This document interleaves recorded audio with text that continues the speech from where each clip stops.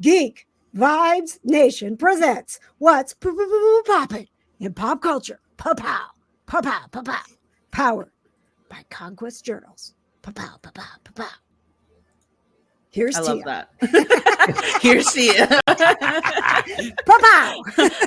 All right, let's talk about what's popping in pop culture. Of course, I know that Margot Robbie is pregnant right now, so obviously that's very much the buzz. But let's talk about actual shows and movies, right?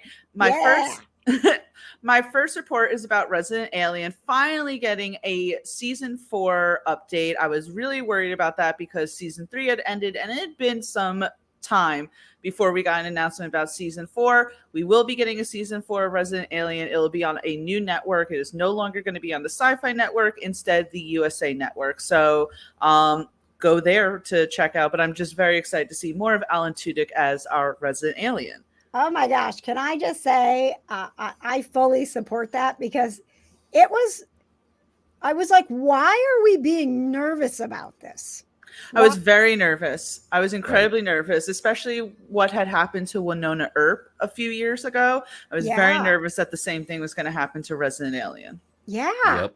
I was like, there's no reason that we're not getting the announcement. And now I feel like we understand. It's like, okay, it took a little bit of extra time to negotiate, to get it on the USA Network and do it. Like, that's new contracts and new things.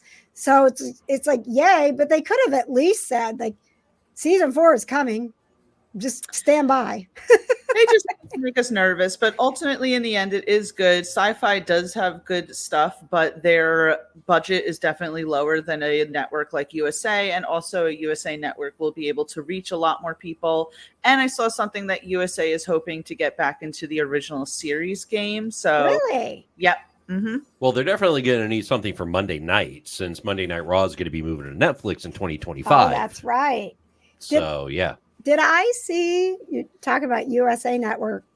I think I saw something about White Collar. Mm-hmm. Oh, yeah. They're looking at doing a reboot of it. Yeah. Yeah. I mean, that was one of their best shows. So God, loved it. That would make sense with what you're talking about. That and Burn Notice. Yeah. Loved them both. Oh, my gosh. Oh, man. Good stuff. Good stuff. Love us some Bruce Campbell and Gabrielle Ann. Sure do. All right. What else is popping, Tia? All right, so what else is popping is that The Boys has been confirmed for not only a season 5, which is not really surprising. The Boys always gets renewed for another season, even before the latest season comes out. But the 5th season will be the final season of The Boys, which I also believe is the right move as far as telling a cohesive story. If you are watching The Boys right now, it is probably the wildest thing that we've seen from The Boys. I am not okay. No. I am not either.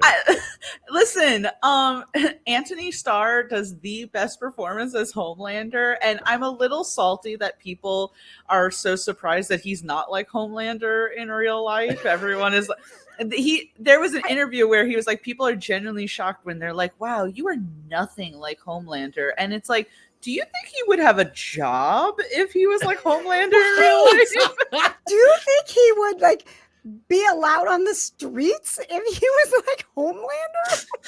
It's a little shocking, but season 5 will be the last season of The Boys. For those who don't know, The Boys is based off of a comic. Garth Edwards, I think, but don't quote me on that one. But it is based on a comic. Obviously, a lot has been changed for the live action adaptation, but we'll be getting that. I can imagine. I'm like, that's an understatement, I think. This might be a hot take, but I'm not even sure I want another season, because if Eric Kripke keeps scarring me. No, because you want another season because apparently, I don't know if it's rumor or facts, but Jared Padalecki is supposed to be in the next season. I know. And he keeps bringing these supernatural characters. Getting the band back together. And then doing these absurd, perverted things with them that I can't unsee. And I don't know that I can do much more of this. Listen, it would also be the perfect timing because Walker, I think, was just canceled from the CW, which essentially is like the first time Jared Padalecki won't be on a CW show. So he has time, and he come to The Boys, please.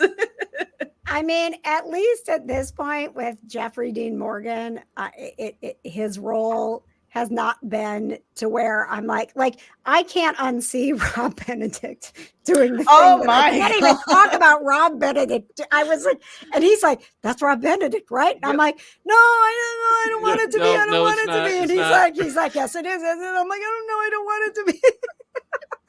It is so good. It really is. But just the thing, the comics I think are even crazier and more perverted. So in fact, wow. they've toned things down for live action. So, Wow. Okay. All right. Well, then I'll take Rob's crank in the show and not read the comics. That's good. I just want to see Jensen Ackles back again. Okay.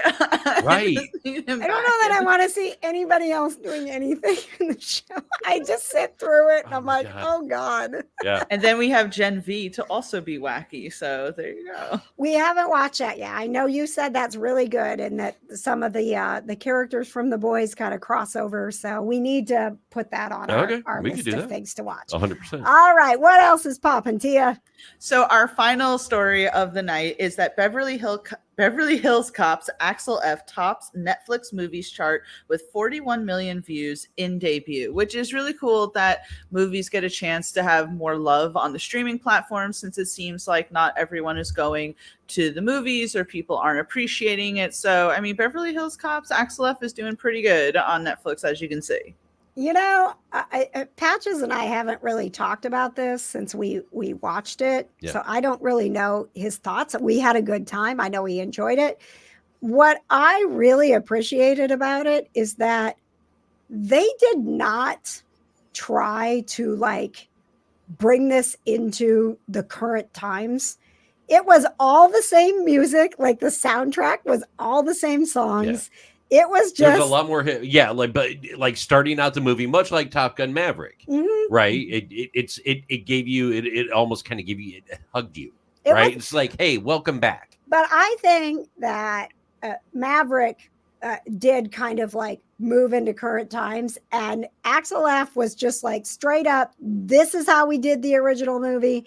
This is how we're doing it now. There's a bad guy, there's a crew, and we're gonna wreck a lot of cars and blow a lot of stuff up. Yeah. It wasn't like revolutionized at all. It was like, here we are, same stuff. Yep. 2024. Have a nice day. Make it up for that one movie that wasn't the best. Yeah. So here we are. And you know what? Rebecca is saying, ooh, that makes me want to watch it more. Yes, I'll tell you, if you loved the originals, it is such a tribute. Well, you know what? I've got Mark Pellegrino here from Supernatural. God, please don't ever be in The Boys. I can't handle Mark be in Pellegrino The Boys. Perverted in The Boys. Here's Mark Pellegrino talking about Axel F. Beverly Hills Cop is an iconic movie. I grew up with it. It's like my youth, right? So being on this movie was sort of like being in two ages at one time, because I think they sort of did an homage to the 80s action flick while keeping it fresh and adding some new things to it. So I really felt like I was straddling the past and the present simultaneously, and it was great. And I got to work with Eddie Murphy, who's a comic genius, and I got to see, this is the most important thing for me, see how guys like that work, because you'd be surprised at how serious they are on the set, how focused and concentrated. To see that cerebral, intelligent part of Eddie, and then watch Axel Foley be born when the camera's rolling. It was so fun to talk to him and listen to him talk about I'm a fan and I get to be in this movie. It was really amazing. And actually, I have listened to that interview of yours with Mark Pellegrino, and as a huge YouTube promoter and everything, guys, you can definitely watch that on the KJ Today show. All right, if you want to watch the full interview that KJ did with Mark Pellegrino.